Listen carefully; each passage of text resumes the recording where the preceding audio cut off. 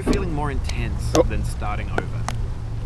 If you deleted your homework the day before it was due, as I have, or if you left your wallet at home and you have to go back after spending an hour in the commute. If you won some money at the casino and then put all your winnings on red but it came up black.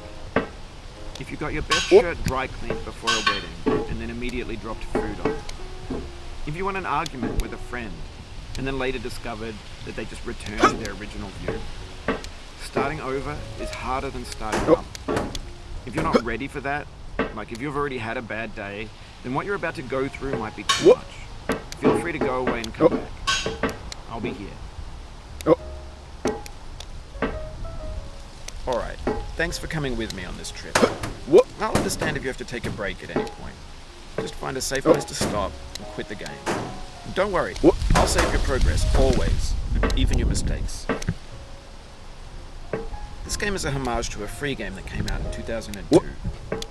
The author of that game was Jazuo, a mysterious Czech designer who was known at the time as the father of B games.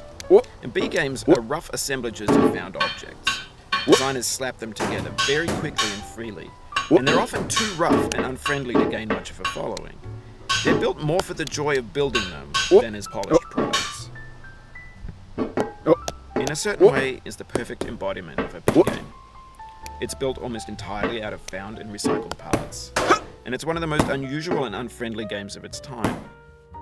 In it, your task is simply to drag yourself up a mountain with a hammer.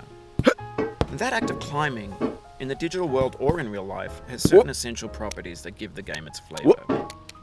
No amount of forward progress is guaranteed. Some cliffs are too sheer or too slippery, and the player is constantly, unremittingly in danger of falling and losing everything. Anyway, when you start, you're standing next to this dead tree that blocks the way to the entire rest of the game. It might take you an hour to get over that tree, and a lot of people never got past it. You prod and you poke at it, exploring the limits of your reach and your strength, trying to find a way up and over. And there's a sense of truth in that lack of compromise. Most obstacles in video game worlds are fake. You can be completely confident in your ability to get through them once you have the correct method or the correct equipment or just by spending enough time. In that sense, every pixelated obstacle is real. The obstacles are unyielding, and that makes the game uniquely frustrating.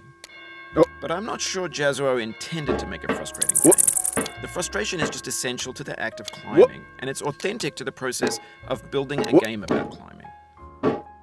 A funny thing happened to me as I was building this mountain. I'd have an idea for a new obstacle, and I'd build it, test it, and it would usually turn out to be unreasonably hard. But I couldn't bring myself to make it easier. It already felt like my inability to get past the new obstacle was my fault as a player rather than as a builder. Imaginary mountains build themselves from our efforts to climb them, and it's our repeated attempts to reach the summit that turns those mountains into something real.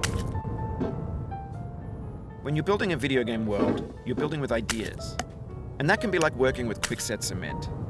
You mold your ideas into a certain shape that can be played with, and in the process of playing with them, they begin to harden and set until they're immutable, like rock. And at that point, you can't change the world, not without breaking it into pieces and starting fresh with new ideas.